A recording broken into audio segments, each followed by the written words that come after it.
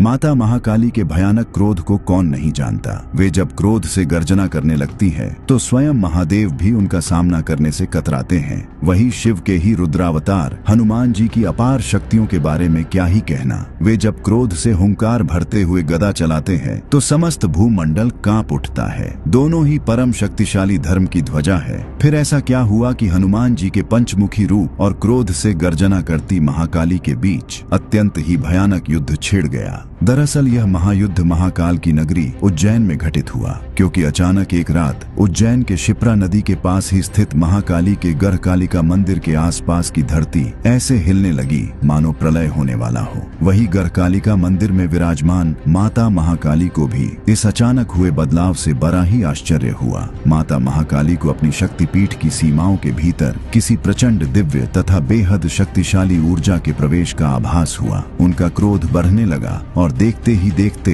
वे अपने विकराल रूप में आकर क्रोध से गर्जना करती हुई बोली, शिव शक्ति के इस क्षेत्र में कौन है जो बिना अनुमति के प्रवेश की गलती कर रहा है? आज मेरे हाथों उसका अंत निश्चित है। पर असल में यह प्रचंड ऊर्जा किसी असुर या दैत्य की नहीं बल्कि पवन पुत्र हनुमान की थी। जब माता महाकाली के कई बार पुकारने पर भी कोई उनके समक्ष नहीं आया तो वे अत्यंत ही उग्र होकर स्वयं ही उस महाशक्ति को ढूंढने के लिए निकल पड़ी। लेकिन पवन पुत्र हनुमान को अचानक महाकाली के इस क्षेत्र में क्यों आना पड़ा और फिर क्यों हनुमान जी और माता महाकाली के बीच एक महाप्रलयंकारी युद्ध शुरू हो गया? असल में यहाँ सिर्फ हनुमान जी ही नहीं बल्कि श्री राम, लक्ष्मण, माता सीता सहित और भी कई लोग थे, क्योंकि लंका विजय के बाद अयोध्या जाते हुए श्री राम उज्जैन के महाकाल शिव के दर्शन करने के लिए शिप्रा नदी के किनारे उतरे थे। पर रात होने के कारण श्री राम सहित सभी कुटिया में विश्राम करने लगे, जबकि हनुमान जी चौकन्ने होकर पहरा देने लगे। कुछ ही समय गुजरा होगा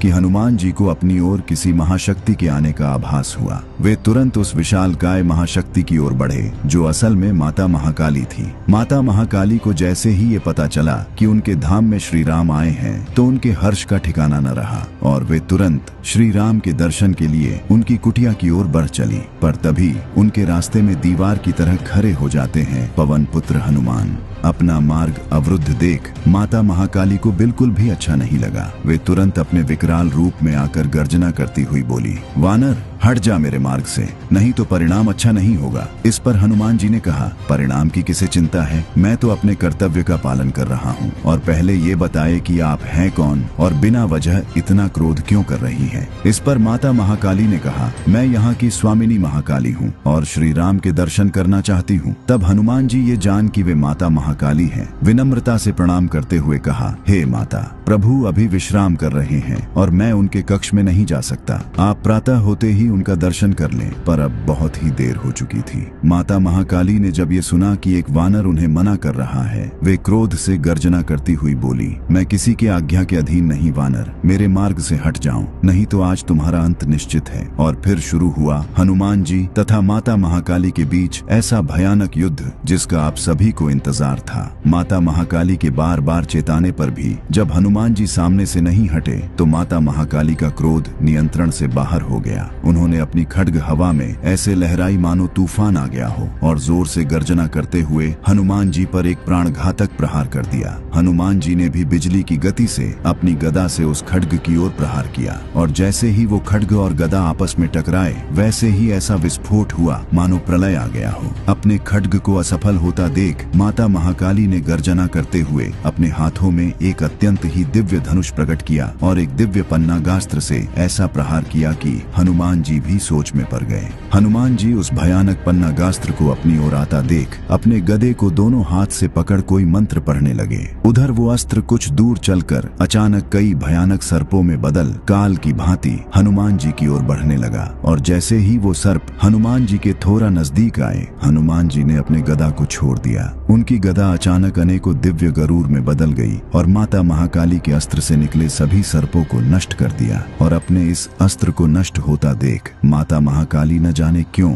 एक रहस्यमयी मुस्कान के साथ हंस पड़ी और तभी हनुमान जी ने एक विशाल वृक्ष को उठाकर माता महाकाली की ओर तीव्र गति से फेंका और इसे देख माता महाकाली ने अपनी तलवार से एक ऐसा प्रहार किया कि वो वृक्ष रास्ते में ही नष्ट हो गए। पर इस बार न जाने क्यों माता महाकाली ठहाके मारकर हंसने लगी। हनुमान जी ये समझ नहीं पा रहे थे कि माता महाकाली इस प्रकार हंस क्यों रही है। असल में ये सब माता महाकाली की सोची समझी लीला थी, क्योंकि गर्ह कालिका कोई आम मंदिर नहीं बल्कि वो शक्तिपीठ था जहाँ माता सती के ओंठ गिरे थे, और इसी कारण से यह दिव्य शक्तिपीठ माता महाकाली के अत्यंत ही निकट और ध्यान के लिए प्रमुख स्थान था। लेकिन राक्षसों के बार बार आक्रमण से उनका ध्यान भंग होता था। इसीलिए माता ने सोचा कि अगर हनुमान जैसा महावीर इस तीर्थ की रक्षा करे तो उनके ध्यान में कोई बाधा नहीं आएगी। हनुमान जी के बल, बुद्धि और निष्ठा की परीक्षा के लिए ही माता महाकाली ने यह भीषण युद्ध रचा था। माता महाकाली को हंसता हुआ देख हनुमान जी को लगा वे शायद उनका मजाक बना रही हैं। फिर उन्होंने अपना आकार बढ़ाना शुरू किया और एक भीषण गर्जना की।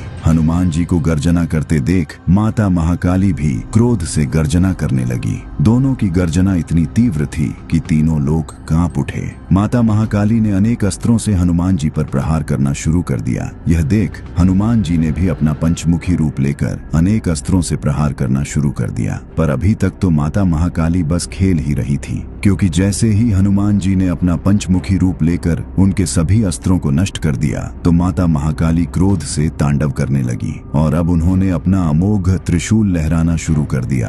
देखते ही देखते माता महाकाली ने अपना सबसे विशालकाय विश्व रूप प्रकट कर लिया। धरती से आसमान तक चारों ओर सिर्फ माता महाकाली ही दिख रही थी। यह देख हनुमान जी तत्काल छोटे रूप में आ गए और प्रणाम करते हुए माता महाकाली को शांत होने के लिए प्रार्थना करने लगे, क्योंकि वे जानते थे कि अगर माता महाकाली ने अपना त्रिशूल चला दिया तो यह पृथ्वी इसी समय नष्ट हो जाएगी। और जब काफी देर प्रार्थना करने के बाद भी माता महाकाली का क्रोध शांत न हुआ तो वे तुरंत बोल उठे, हे माता, मैं तो बस अपने कर्तव्य का ही पालन कर रहा था, और अगर बालक से गलती हो भी जाए तो सहज ही क्षमा करना माता का स्वभाव ही तो है। हनुमान जी की करुण पुकार सुनते ही माता शांत हो गई और अपने सौम्य रूप में आकर हनुमान जी से बोली, हनुमान, मैं तो बस तुम्हारी परीक्षा ले रही थी और तुमने अपनी बल बुद्धि और स्वामी भक्ति से यह सिद्ध कर दिया कि तुम मेरे नगर के रक्षक बनने के योग्य हो। और तब माता ने पुरानी सब कथा विस्तार से सुनाते हुए कहा, तुम अपना एक रूप यहाँ छोड़ जाओ और मेरे ध्यान में होने पर मेरे भक्तों की असुरों से रक्षा करो।